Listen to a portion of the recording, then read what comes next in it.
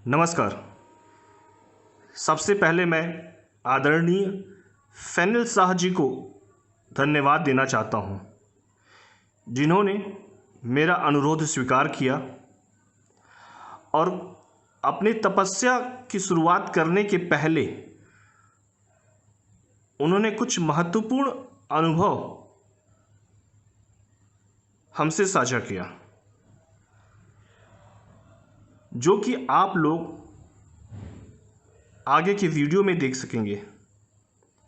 मैं कुछ इसलिए कहूँगा क्योंकि समय की पाबंदी और उनकी खुद की प्राथमिकता के कारण जो भी साझा किया है उसे आप सुने, देखें। और मेरा ये खुद का अनुभव है कि मैंने जितनी बार भी इस वीडियो को देखा है मैंने कुछ नया पाया है। तो चलिए। On the way to Himalayas, zero vision है बॉस यहाँ पे। अभी थोड़ा मौसम साफ होता है लेकिन फिर भी बिगड़ ही जाता है। पता नहीं आगे क्या होगा। महादेव बैठे, देख लेंगे सब कुछ। हरिओम। ये हम जा रहे हैं उत्तरकाशी के रास्ते पे। अब बहुत डिफ़िकल्टीज़ है और बहुत सारी जगह से लैंड स्लाइडिंग हो रही है, रास्तों पे काम चालू है, जेसीबी वगैरह से रोड क्लियर किए जाते हैं और बारिश चालू होती है, बंद होती है। बारिश का तो दिक्कत नहीं, बट मेन जो है कोहरा जो इतना गाढ़ा हो जाता है कभी कभी कि ज़ीरो विज़न हो जाता है। आई मीन चाहे गाड़ी के अंदर कौन सा भी लेंस आपने लगाया होगा, कोई फ़र्क नहीं पड़ता है। जो नहीं दिखने वाला वो नहीं दिखने वाला। ये देखिए कैसा बेकार रास्ता हो गया, पूरे रास्ते जो टूट चुके हैं और ये हमारी गाड़ी ऑलमोस्ट फंसते हुए बच गई। ये देखिए हमारे जोगिंदर भाई ड्राइव किए जा रहे हैं, बेचारे सुबह 5 बजे से निकले हैं और अभी भी 65 किलोमीटर दूर है हम लोग। आई मीन स्पीड जो है 15, 20, 40 से ज़्यादा मैंने अभी तक स्पीड देखी नहीं है, क्योंकि एक तो टर्निंग बहुत ज़्यादा है, जिगजैग रोड है और उससे भी ज़्यादा जो मेन डिफ़िकल्टीज़ है कि रोड टूट चुके हैं। पता नहीं चल रहा कि आगे क्या है, कितना बड़ा खड्डा है या कोई पत्थर बीच में आ गया, कोई पता नहीं चल रहा है। ये देखिए आपको यहाँ से हिल्स का व्यू भी दिखाते हैं। कभी धुआंधार बारिश तो कभी छींटे, चलता रहता है, लेकिन मज़ा आ रहा है यहाँ पे। जितनी डिफ़िकल्टी ज़्यादा होती है मज़ा उतना और आता है। क्या बोलते हो जोगिंदर भाई? सही है, राइट है। चलिए हरिओम। शिवांग जी, ये पहला वीडियो आपके लिए। सबसे पहले दर्शन कीजिए माँ गंगा का।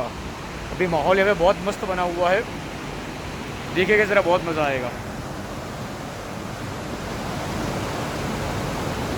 ये देखिए पहाड़ के ऊपर, वहाँ पे जो है वो बर्फ़ के पहाड़ हुए, वहाँ पे पूरी घाटी है, वहाँ पे पूरी स्टेट में।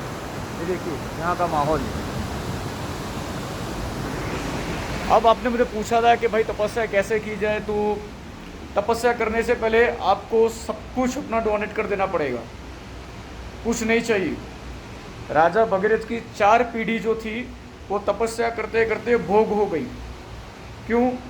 कि वो लोग भोग भूमि एक तो पहले उन्होंने सिलेक्ट की हुई थी, जहाँ पे आप चाहे कितनी भी तपस्या करते रहो आप मर जाओगे लेकिन सफल नहीं होगे। दूसरी बात कि आपको योग भूमि ढूंढनी है।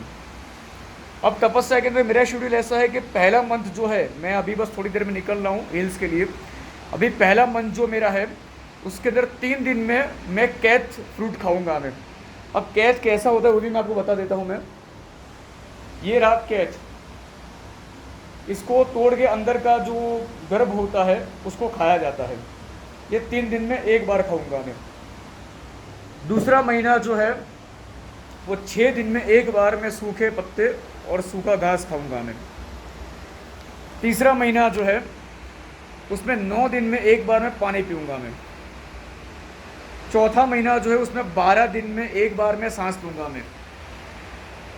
5वें महीने से मैं एक पैर पे खड़ा हो जाऊंगा और एक बार सांस ले ली उसके बाद मैं सांस नहीं छोड़ने वाला, क्योंकि जो स्टार्टिंग के 4 महीने है इसके अंदर जो योगा जो होता है प्राणायाम, मैं आपको नेक्स्ट वीडियो के अंदर बताऊंगा कि ये सब क्या है। प्राणायाम के अंदर मैं मास्टरेट कर लूँगा मैं, मतलब कि मुझे मेरी जान जिससे कहते हैं कि मतलब हमारे प्राण जो है, हमारे प्राण कैसे चलते हैं, तो भाई सांसों से चलते, तो मैं मेरी सांसों के ऊपर काबू कर लूँगा मैं। और मेरी सांसों जो है एक बार मैंने जो सांस ले ली तो फिर मेरी बॉडी के अंदर मेरी सांसें जो है 5 चीज़ों के अंदर डाइवर्ट हो जाएगी, मतलब सॉरी डिवाइड हो जाएगी, ठीक है। तो वैसे तपस्या की जाती है। तपस्या के अंदर सबसे ज़्यादा इम्पोर्टेंट यही है प्राणायाम, अपनी सेंसेस को कंट्रोल करना। जब मेरी 4 महीने के अंदर मुझे मेरे सेंसेस जो है, मेरा प्राण जो ब्रेथ है, सिटिंग पॉस्चर्स है, concentration on in the God और भगवान का एक स्वरूप जो मैंने डिसाइड किया, वो तो मैं नहीं बता सकता कौन सा स्वरूप का मैं ध्यान करने वाला हूँ, लेकिन आपको बता दूं कि भगवान जो है निराकार है, उनका कोई आकार नहीं है। हम उनको जो स्वरूप में देखते हैं वही स्वरूप में हमको दिखाई देते हैं। इसलिए तपस्या के अंदर भगवान का एक जो ध्यान, एक स्वरूप जो होता है उसी का ध्यान किया जाता है और उसी स्वरूप के अंदर भगवान, जब हमारी तपस्या फलीभूत होती है तो भगवान उसी स्वरूप में हमारे सामने आते हैं, समझे आप।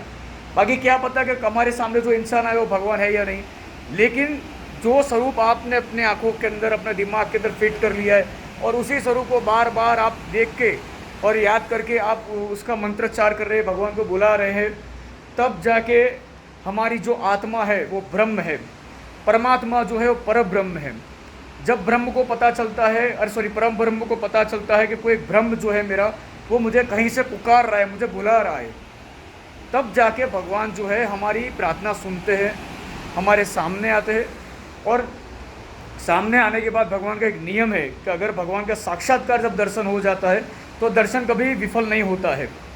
भगवान से हम जो चाहे वो वरदान मांग सकते हैं, भगवान खुद ही हमें कहते हैं, क्योंकि भगवान का नियम है कि जो अपना सब कुछ त्याग करके सिर्फ और सिर्फ उनके शरण में आता है और उनको प्यार से बुलाता है, तब भगवान हाथ जोड़ के उस भक्त के सामने खड़े हो जाते हैं और कहते हैं कि बोल तुझे क्या चाहिए, तो जो मांगेगा वो मैं तुझे दूंगा मैं, लेकिन बोल तू अब, और अपनी तपस्या को ख़त्म कर यहाँ पे, क्योंकि तपस्या जो है बहुत विनाशकारी और प्रचंड होती है, ठीक है। अब जो कुश का आसन आपने मुझे दिया, मैं शिवांग जी 2 चीज़ों के लिए आपका बहुत आभारी हूँ। एक तो कुश का आसन जो आपने मुझे ओरिजिनली प्योर 100% आपने दिया, ये रहा वो कुश का आसन। ये मैंने त्याग कर दिया सब, हाँ, तो कोई दिमाग में मत लेना। ये रहा मेरा कुश का आसन, ठीक है। इसी आसन के ऊपर बैठ के मैं तपस्या करने वाला हूँ मैं। और क्या बता दिया मैंने आपको, हाँ, आज से मैंने सांसारिक कपड़े मैंने छोड़ दिए हैं, मतलब धीरे धीरे धीरे करके सभी सांसारिक चीज़ों को मैं छोड़ना का चालू कर दूंगा मैं, मतलब सब मोह वाली चीज़ों को छोड़ दूंगा मैं। अब मैं ये धोती और यही अंग वस्त्र यही मैं पहन रहा हूँ, मैं और कुछ नहीं मैं पहनने वाला। देखिए कपड़े सब ने रख दिए मेरे साइड में मैंने। अब एक बात पे आते हैं कि मोह माया, लोग कहते हैं इंसान मोह माया में फंसा हुआ है, मोह माया में फंसा हुआ है। यार कम से कम मतलब तो समझ लो कि मोह माया क्या है। मोह ऐसी चीज़ है जिसके बिना हम रह नहीं पाते। हमारा घर परिवार दोस्त, स्मोकिंग करते तो स्मोकिंग सिगरेट, ड्रिंक करते तो दारू, खाना पीना सोना, ये सब मोह हो गया। अब माया क्या है? माया मतलब कि भगवान स्वयं अविनाशी भगवान विष्णु वो मायापति है, वो मतलब वो माया हो गई उनकी। फॉर एग्जाम्पल जब मैं 2 बार तो मैं फेल हो गया तपस्या करते हुए, आया भी गया भी, क्योंकि हर बार मेरी कुछ ना कुछ गलतियाँ थी जिसके कारण मैं फेल हो रहा था। लेकिन इस बार मैंने वो जितनी भी गलतियाँ थी, मैं मेरे कभी अतीत को नहीं भूलता, लेकिन उसके अंदर जो गलतियाँ मैंने की है ना उसको सुधार देता हूँ मैं। तो अब जो है मैं सब कुछ ख़त्म करके निकला हूँ मैं। लेकिन ये लास्ट 15 दिन के अंदर भगवान ने मेरे साथ इतनी माया रची है, इतनी माया रची है जिसकी लिमिट नहीं है। मतलब मुझे तपस्या करने से रोकने के लिए उन्होंने सब कुछ वो कर लिया जो मुझे तोड़ सकता है। मेरी मॉम सीरियस हो गई थी, मैंने सब डोनेट कर दिया, कोरोना पॉजिटिव हो गया, वो इंसान ने मुझसे छीन लिया जिससे मैं सबसे ज़्यादा प्यार करता हूँ मैं। मेरा एक्सीडेंट हो गया, दोस्तों से बवाल हो गया।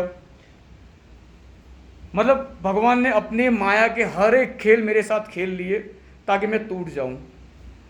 लेकिन मैं टूट सकता हूं, लेकिन हार नहीं सकता। मेरा पहले से एक नियम है कि हारो मत जिंदगी में, हार को हराओ। ये सब मोह है, ये सब माया है।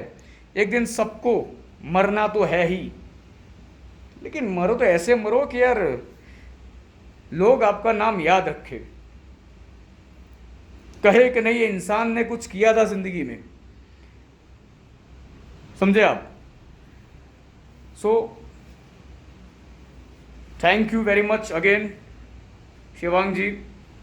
मेरे दोस्तों को भी बहुत थैंक यू कि कुछ दोस्तों ने मुझे मोटिवेट किया, कुछ लोगों ने मुझे डीमोटिवेट भी किया। उन डीमोटिवेट करने वाले लोगों को भी थैंक यू बोलता हूँ मैं, क्योंकि आप लोग अगर वो डीमोटिवेट करने के लिए जो मुझे सर्कमस्टेंसेस ना बता दे तो मुझे पता ही नहीं चलता कि ये सब हो सकता है मेरे साथ। तो उसके लिए भी थैंक यू। कुछ लोगों ने मुझे आशीर्वाद दिया, उसके लिए भी थैंक यू। किसी ने मेरे लिए प्रार्थना की, उसके लिए भी थैंक यू। कुछ लोगों ने मुझे बद्दुआ भी दे दी कि आपको भगवान नहीं मिलेंगे, उसके लिए भी थैंक यू। क्योंकि अब वो बद्दुआ तो मैंने एक्सेप्ट कर ली, लेकिन अब वो बद्दुआ को तोड़ने के लिए मैं और 1000 गुनी ताकत से तपस्या करूंगा मैं। सो thank you very much for that. ऐसे पॉजिटिवली कीजिए, सब काम इजीली हो जाएगा। कोई तपस्या करना बड़ी बात नहीं है, सब कुछ आसान है अगर आपको आपके ऊपर और भगवान के ऊपर भरोसा हो तो।